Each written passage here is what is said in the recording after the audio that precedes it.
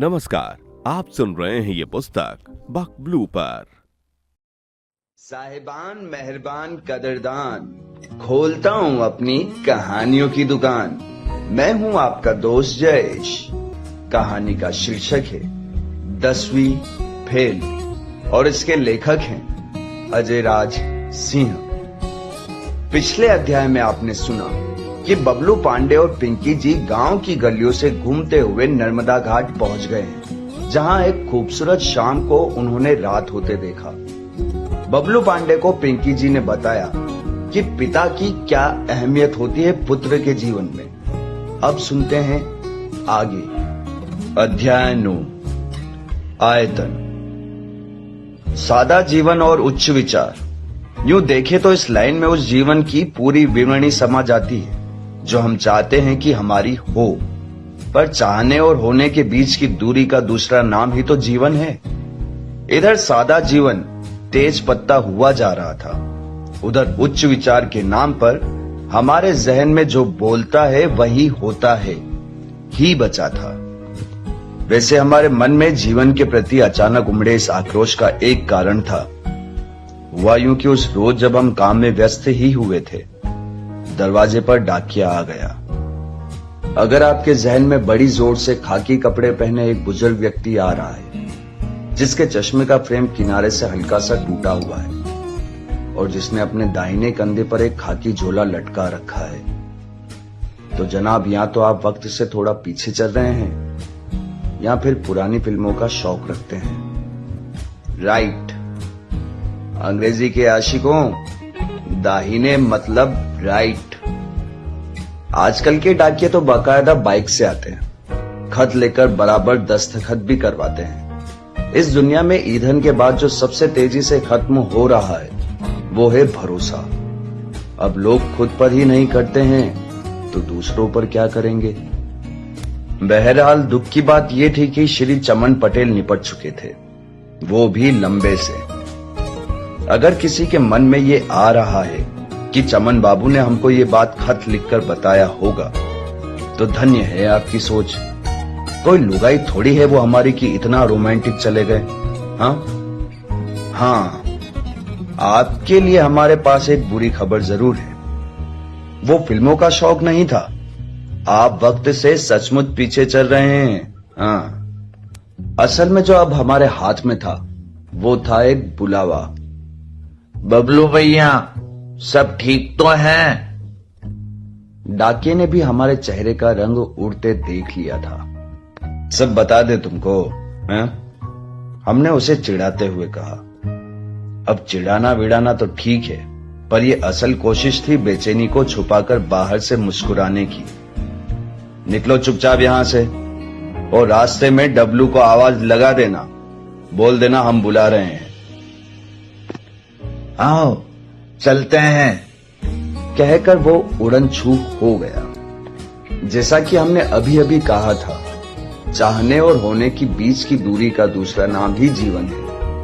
हर किसी का सफर इसी दूरी में कहीं शुरू होकर खत्म हो जाता है, पर वो सफर कभी पूरा नहीं होता।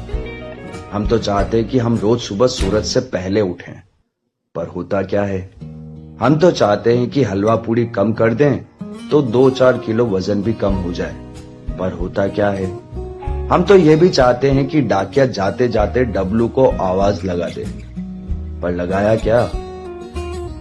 हाँ, डब्लू बोला, लगाया था उसने आवाज।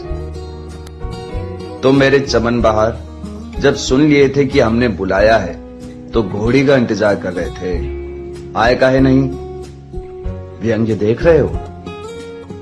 हमको लगा मजाक कर रहा है, डब्लू बोला। अगले 12 सेकंड की खामोशी में हम ये सोच रहे थे कि किसको गाली दें, डाकिये को या डब्लू को, पर फिर लगा कि गाली देने में कौन सा टैक्स लगता है, तो हमने दोनों को दे दिया। बहरहाल इस समय हम बैठे थे डब्लू की हवेली पे। नहीं, हवेली शब्द में किसी भी प्रकार से अतिशयोक्ति अलंकार का प्रयोग नहीं किया गया है। अब पांडे परिवार बरसों से सरपंच का घर रहा है, इतना तो ईमानदारी से बनता है। अरे हवेली क्या, पूरी की पूरी लाल कोठी है वो, बीचों बीच खुला आंगन, चारों ओर 4 मंजिला दीवार, बीच में तुलसी का पेड़ और पूरे घर में अगरबत्ती की भीनी भीनी खुशबू। डब्लू को छोड़कर घर की हर एक चीज व्यवस्थित है। अगले हफ्ते शनिवार की तारीख है।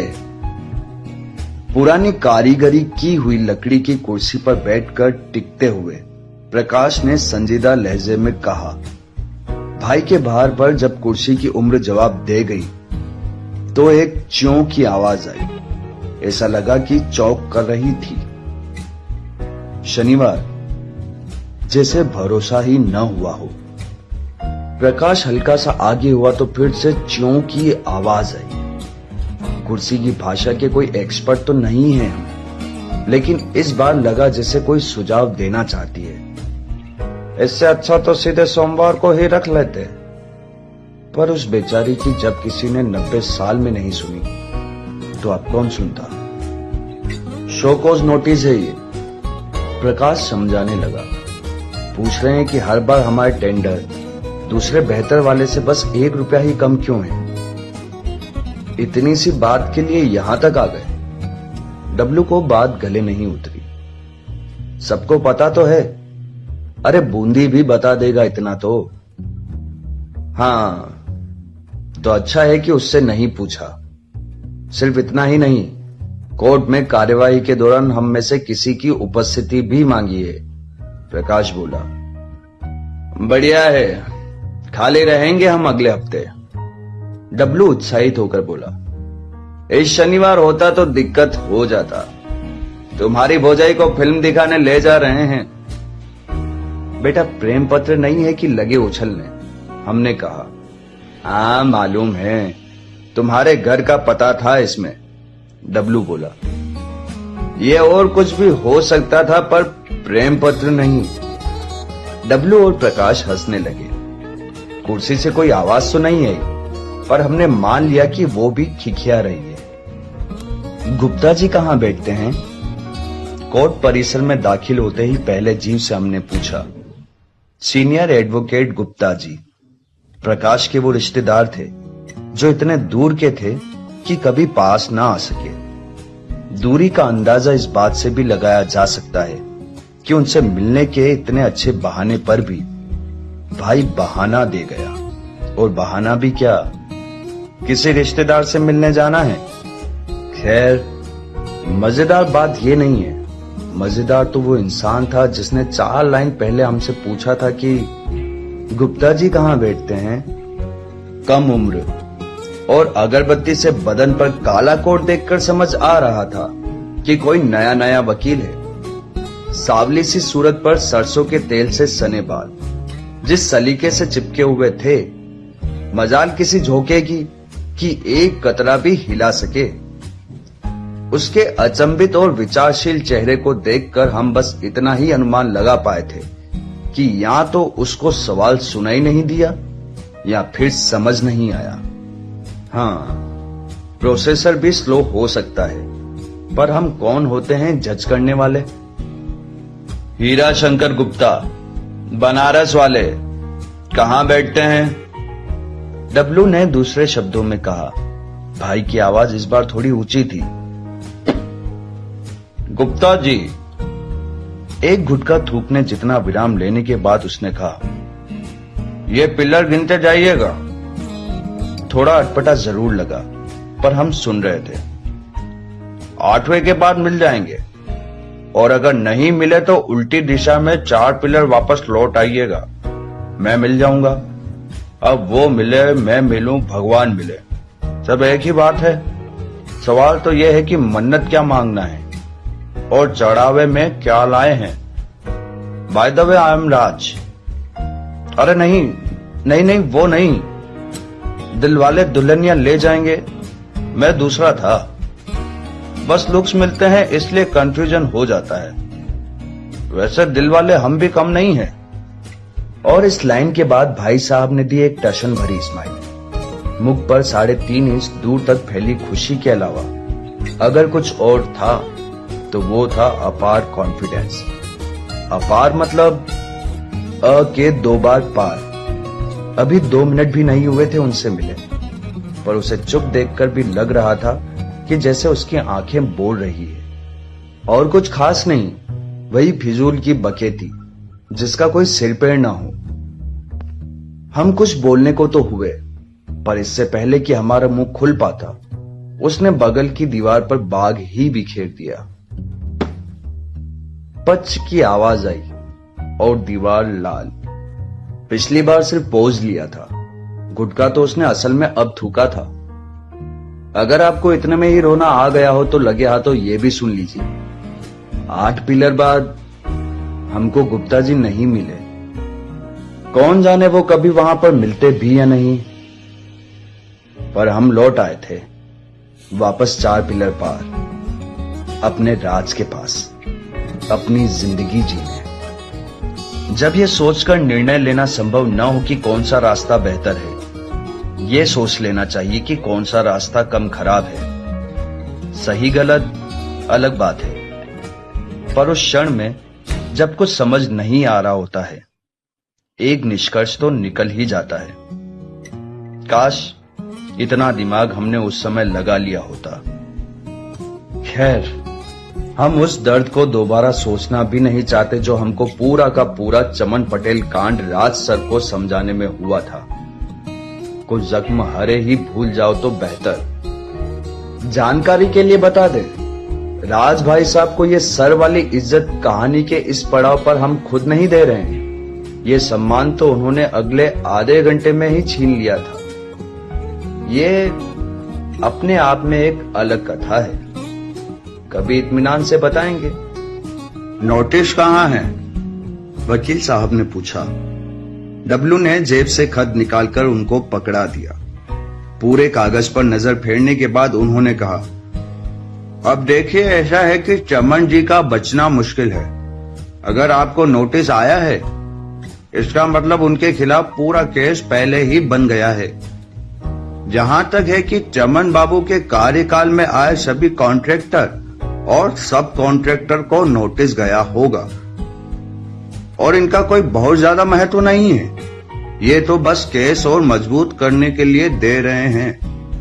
कहीं कोई आकर उनके खिलाफ गवाही दे दे तो बढ़िया। तो दिक्कत कहाँ है? डब्लू ने पूछा। अरे डब्लू भैया, जिस कुर्सी पर अभी आप बैठे हैं, वहां तो आई हुई दिक्कत वापस चली जाती है। इस केस में तो फिर भी दिक्कत आते आते रह गई। तो क्या करना चाहिए अब? हमने पूछा। एक ईमानदार नागरिक एवं सलाहकार होने के नाते मेरा कर्तव्य है कि मैं आपसे कहूं, आपको कोर्ट में तय तारीख पर उपस्थित होना चाहिए और सारी बातें सच सच बता देनी चाहिए। पर ना तो मैं ईमानदार हूं और ना ही कर्तव्यों के पालन में कुछ खास विश्वास रखता हूं। मैं तो वो कहूंगा जिसमें आपको नुकसान ना हो। अबे तो कहो ना, डब्लू बोला।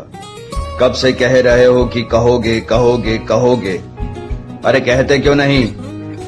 अम्मा कसम, इतना माहौल बना रहे हो जैसे कोई शायरी मारने वाले हो। इरशाद बोले क्या? कमाल आदमी हो यार।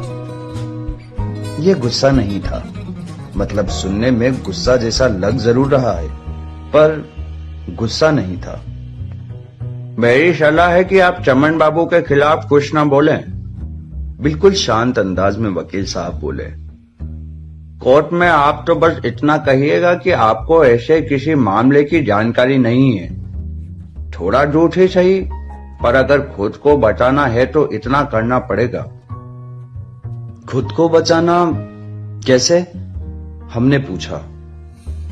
अगर आप ये कहते हैं कि चमन बाबू ने रिश्वत लिया, तो इसका मतलब ये भी तो है कि आपने रिश्वत दिया था, और सिर्फ ये कहना कि उन्होंने मांगा था पर आपने देने से मना कर दिया था सही नहीं होगा। आखिर में काम भी तो आप ही को मिला। कैसे? कहानी जमेगी नहीं।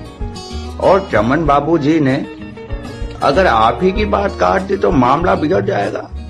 वैसे भी इस बात का जवाब तो देना ही है कि आपके टेंडर दूसरे टेंडरों से सिर्फ 1 रुपया ही कम क्यों थे। खैर, वो तो एक संजोग मात्र बात बता सकते हैं। सबके बीच क्या मार्जिन था वो भी देखना पड़ेगा, पर मुद्दा आसानी से निकल जाना चाहिए। हाँ, लेकिन सिर्फ तब जब आप ये कहें कि आपको कुछ भी नहीं पता। आप तो चमन बाबू को ठीक से जानते तक नहीं। कम शब्दों में कहें तो उनकी फटी में आप मत अड़ाइएगा। हाँ, और अगर सब सच कह दे तो? हमने फिर पूछा, ज्यादा से ज्यादा क्या होगा? हम तो बस ये जानना चाहते थे कि जिस रास्ते जाने से वकील साहब मना कर रहे थे वहां असल में था क्या? हमारा नुकसान ही सही, पर कितना? तो ज्यादा से ज्यादा आपको हो सकती है 7 साल की जेल। और कम से कम? डब्लू बड़ी उम्मीद के साथ पूछा। कम से कम लगेगा फाइन। खुद ही सब सच सच बोल दो तो ज्यादा चांस फाइन लगने के ही हैं। पैसे भरो और आगे बढ़ो। लेकिन साथ में कंस्ट्रक्शन लाइसेंस भी जा सकता है। और जिस हिसाब से आपके कहानी का सब हेर फेर बताए हैं, फाइन भी कोई छोटी रकम की नहीं होगी। मतलब यहाँ तो चमन बाबू के खिलाफ जाकर सब सच सच बता दे और फाइन भी भर दें, या फिर ये झूठ कहकर किनारे से निकल लें कि हमको कुछ नहीं पता? अब क्या सच और क्या झूठ? वकील साहब बोले। क्या सही और क्या गलत? सब कुछ बस नजरिए का खेल है।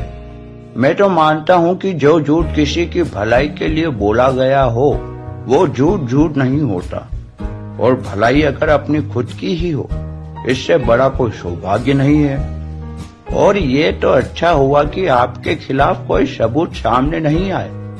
आप तो इस बात का शुक्र मनाइए कि खेल में आपका हिस्सा अभी भी आपके हाथ में ही है। वैसे अगर आप पर अब तक अलग कोई केस फाइल नहीं हुआ है तो कम ही चांस है कि आगे कुछ हो। और अगर कभी कुछ हो जाए तो कोई दिक्कत वाली बात नहीं है। मैं तो बैठा ही हूँ। क्यों? बिल्कुल बिल्कुल, डब्लू बोला। हाँ भाई, सच में वो गुस्सा नहीं था। अभी आप सुन रहे थे ये पुस्तक बक ब्लू पर। आपको ये किताब कैसी लगी कमेंट में हमें जरूर बताएं। साथ ही स्क्रीन पर दिए गए सभी प्लेटफॉर्म्स पर हमको फॉलो करना ना भूलें। धन्यवाद।